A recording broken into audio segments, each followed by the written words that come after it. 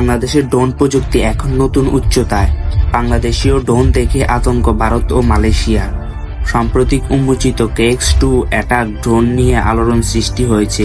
এই ড্রোন শুধু বাংলাদেশের সামরিক শক্তির প্রতীক নয়, বরং প্রতিবেশী দেশগুলোর জন্য এক নতুন আতঙ্ক। KX-2 ড্রোন কি? KX-2 ড্রোন হলো একটি আধুনিক আক্রমণাত্মক ড্রোন যা বাংলাদেশে তৈরি হয়েছে।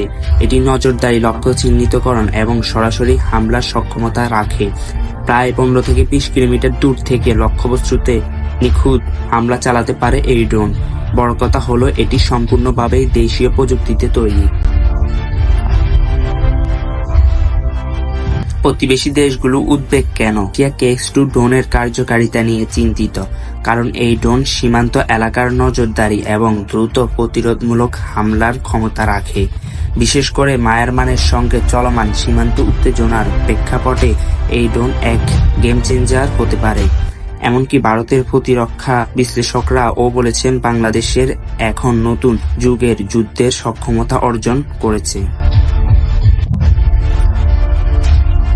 KX-2 এর প্রযুক্তিগত বৈশিষ্ট্য: রেঞ্জ প্রায় 20 কিলোমিটার, উড়তে পারে 30 থেকে 45 মিনিট, HD ক্যামেরা ও থার্মাল ভার্সন। যুদ্ধ: GPS গাইডের হামলার ক্ষমতা, পোর্টেবল, সহজে স্থানান্তরযোগ্য। এই প্রযুক্তি আগে শুধুমাত্র উন্নত দেশগুলোর সেনাবাহিনীর মধ্যে সীমাবদ্ধ ছিল, কিন্তু এখন বাংলাদেশও সেই তালিকায়। ভবিষ্যতের দিক নির্দেশনা: বাংলাদেশের সেনাবাহিনী KX-2 সহ আরও কিছু উন্নত ড্রোন তৈরির পরিকল্পনা করছে। দেশীয় প্রযুক্তি ব্যবহার করে সাশ্রয়ী মূল্যে তৈরি করা হচ্ছে এই ড্রোন। এর ফলে দেশের প্রতিরক্ষা খাতে আত্মনির্ভরশীলতা বাড়ছে।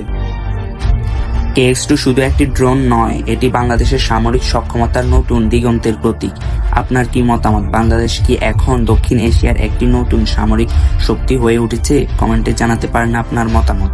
ভিডিওটি ভালো লাগলে লাইক দিন, শেয়ার করুন, আর নতুন বন্ধুরা চ্যানেলটিকে সাবস্ক্রাইব করতে ভুলবেন না।